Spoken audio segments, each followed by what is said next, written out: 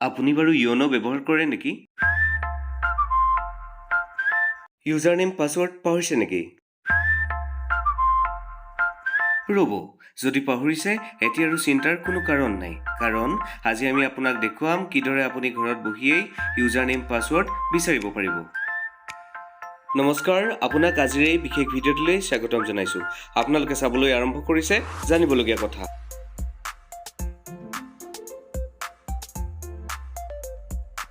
আমি প্ৰথমে প্লে ষ্টৰত গৈ য়োনো এপছটো ডাউনলোড কৰিম। মোৰ যিহেতু অলৰেডি ডাউনলোড আছে, গতিকে মই এইটো আপডেট কৰিম আৰু আপোনাৰো আপডেট আহি থাকিব পাৰে। আপডেট চেক কৰিব আৰু সদায় য়োনোটো আপডেট কৰি ৰাখিবলৈ নাপাহৰিব।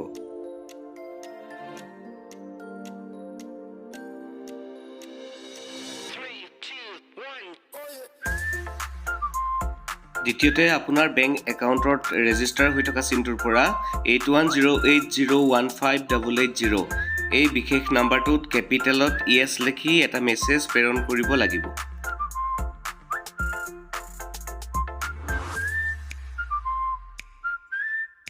এতিয়া আমি গুগল ক্ৰোম ব্ৰাউজাৰটো অ'পেন কৰি ল'ম আৰু তাত গৈ চাৰ্চ কৰিম অনলাইন SBI।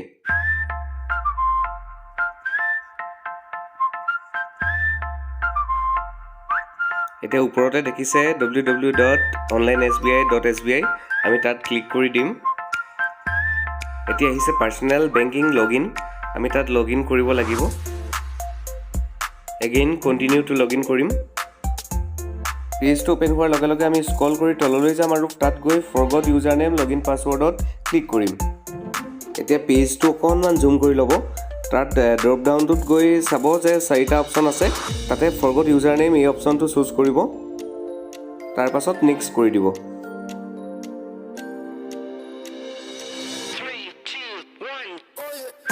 আপোনাৰ বেংক পাছবুকটো উলিয়াই লওক। তাতে দেখিব যে বেংক একাউণ্ট নাম্বাৰটোৰ ওপৰতে CF নাম্বাৰটো দিয়া আছে আৰু এই CF নাম্বাৰটো এটা এটাকৈ ভৰাই দিয়ক। তাৰ পাছতে কাণ্ট্ৰি চিলেক্ট কৰিব লাগিব, এইটো আমি ইণ্ডিয়া চুজ কৰিম।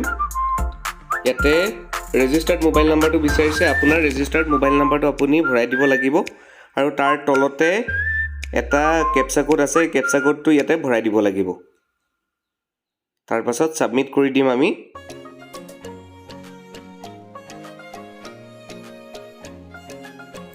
এতিয়া আপোনাৰ টেক্সট মেছেজত এটা OTP আহিছে, আমি OTPটো ভৰাই দিম আৰু আপুনি এইটো ভৰাই কনফাৰ্ম কৰি দিব লাগিব।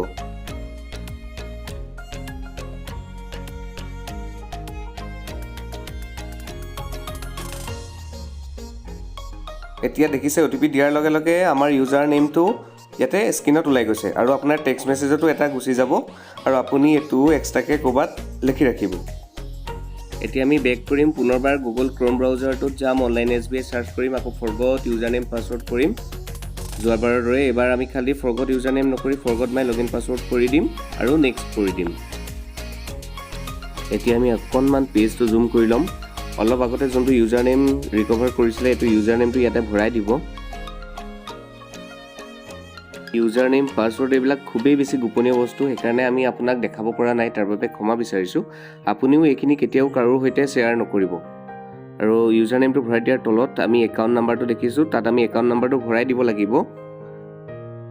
তাৰ তলত কাণ্ট্ৰি আছে, তাত আপোনাৰ ইণ্ডিয়া চিলেক্ট কৰি ল'ব। নেক্সট তলত মোবাইল নাম্বাৰটো বিচাৰিছে, যোনটো আপোনাৰ ৰেজিষ্টাৰ্ড মোবাইল নাম্বাৰ, সেইটো আপুনি কেয়াৰফুলি ভৰাই দিয়ক তলত। তাৰ তলত ডেট অফ বাৰ্থ আছে, আপোনাৰ যোনটো একাউণ্টত যেনেকৈ আপডেট আছে তেনেকৈ আপুনি ডেট অফ বাৰ্থটো ভৰাই দিব লাগিব। আৰু তাৰ তলতে এটা কেপচা কোড আছে, এই কেপচাটো আপুনি তাত ভৰাই দিব লাগিব। 91350 ইয়াতে আছে, মই সেইটো ভৰাই দিছোঁ। ছাবমিট কৰি দিম। এতিয়া দেখিছে please enter date of birth in DDMMYY format. মোৰ অকণমান ফৰ্মেটটোতকৈ কিবা ভুল হৈছিলে ভৰাওঁতে, মই আকৌ ডেট অফ বাৰ্থটো অকণমান কাৰেকশ্যন কৰি দিছোঁ।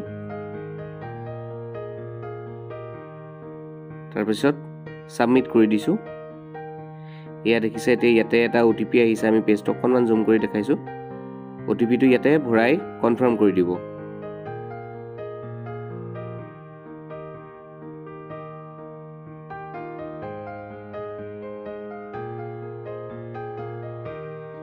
আপোনাৰ যদি প্ৰফাইল পাছৱৰ্ডটো মনত আছে, তেতিয়া আপুনি 2 নম্বৰ অপশ্যনটো চুজ কৰিব পাৰিব।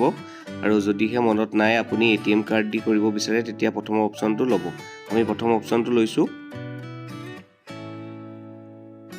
এতিয়া কাৰ্ডটোত ক্লিক কৰিব তাৰ পাছত কনফাৰ্ম কৰিব কাৰ্ড হোল্ডাৰ নেম আছে আপুনি এজ পাৰ একাউণ্ট এটো আপোনাৰ নামটো ভৰাই দিয়ক আৰু আপোনাৰ এক্সপায়াৰি ডেটটো আছে তলত এটো আপুনি কাৰ্ডৰ প্ৰথমতে দেখিব ATM কাৰ্ডটোত তাত আপুনি থকা এক্সপায়াৰি ডেটটো ইয়াতে ভৰাই দিব লাগিব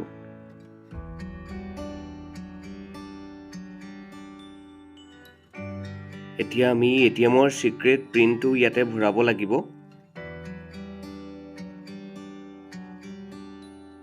তলৰ ইমেজত এটা ক্যাপচা কোড আহিছে আমি এটো ওপৰত কেয়াৰফুলি ভৰাই দিছো A7DCF তো আপোনাৰ কাৰণে বেলেগ ক্যাপচা কোড নিশ্চয় আহিব আপুনি হেতু চাই তেনেকে ভৰাই দিব লাগিব ভৰাই প্ৰসিড কৰিব কৰি দিয়াৰ লগে লগে ষ্টেটাসটো সাকসেস হৈছে আৰু তলত ক্লিক হিয়াৰ যে অপচনটো আছে আমি তাত গৈ ক্লিক কৰিম কৰাৰ লগে লগে নতুন এটা পপআপ মেনু আহিব আমি এটো অকনমান জুম কৰি লম ইয়াতে এন্টাৰ নিউ লগইন পাসওয়াৰ্ড আহিছে আৰু তলত কনফাৰ্ম কৰিব দিছে আমাক এটা এডভাইস কৰিছে যে এটা ষ্ট্ৰং পাসওয়াৰ্ড বনাবৰ কাৰণে আপোনাক কৈ থওঁ যে আপুনি এটা মিনিমাম এটা ক্যাপিটেল লেটাৰ এটা দুটা স্মল লেটাৰ স্পেশাল ক্যাৰেক্টাৰ কিছুমান ধৰি লওক @ এনেকুৱা বিলাক আৰু দুই চাৰিটা সংখ্যা আপুনি দি পেনি এটা ষ্ট্ৰং পাসওয়াৰ্ড বনাবলৈ চেষ্টা কৰক আৰু এই পাসওয়াৰ্ডখিনি বহুত গোপনীয় হয় ইউজাৰ নেম পাসওয়াৰ্ড কেতিয়াও কাৰো লগতে আপুনি শেয়াৰ নকৰিব সাবমিট কৰি দিয়াৰ লগে লগে your login password has been reset successfully মানে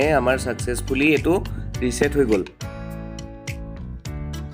আমি প্ৰথমে Google Chromeত গৈ অনলাইন SBI সাৰ্চ কৰি forgot username যেহেতু কৰিছিলো আমি ইউজাৰনেমটো পাইছিলো আৰু দ্বিতীয় স্টেপত আমি লগইন পাসওয়াৰ্ডটো চেঞ্জ কৰিছিলো গতিকে আপোনাৰ হাতত এতিয়া ইউজাৰনেম আৰু পাসওয়াৰ্ড দুইটাই উপলব্ধ এতিয়া আপুনি ইয়োনোটো খুলিবলৈ নিশ্চয়কৈ সমৰ্থ হ'ব আৰু প্ৰথমতে যদিহে একাউণ্ট নাম্বাৰ আৰু ডেট অফ বাৰ্থ বিচাৰে আপুনি সেই সমূহ ভৰাব ভৰোৱাৰ লগে লগে এমপিন হয়তো কেতিয়াবা ক্ৰিয়েট কৰিবলৈ আহিব পাৰে আৰু তেতিয়া এমপিন এটা ক্ৰিয়েট কৰিব তাৰ পাছত ইউজাৰনেম পাসওয়াৰ্ড বিচাৰিলে আপুনি এই ইউজাৰনেম পাসওয়াৰ্ডসমূহ ভৰাই দিব আপুনি দেখিব যে আপোনাৰ ইয়োনোটো খুল খাই যাব আৰু ভিডিওটো যদিহে আপোনাৰ কাৰণে সহায় হৈছে বা খুলিব পাৰিছে আপুনি জনাব কিবা যদি অসুবিধাও পায় নিশ্চয় জনাব আৰু যদি পাৰিছে লগৰ সমূহ বন্ধুবৰ্গক শেয়াৰ কৰিব যাতে তেওঁলোকেও ঘৰত বহিয়ে তেওঁলোকৰ সমস্যাসমূহ সমাধান কৰিব পাৰে প্ৰিয় দৰ্শক আপোনালোকৰ প্ৰতিটো লাইক আমাৰ বাবে মৰম আৰু প্ৰতিটো শেয়াৰ আমাৰ বাবে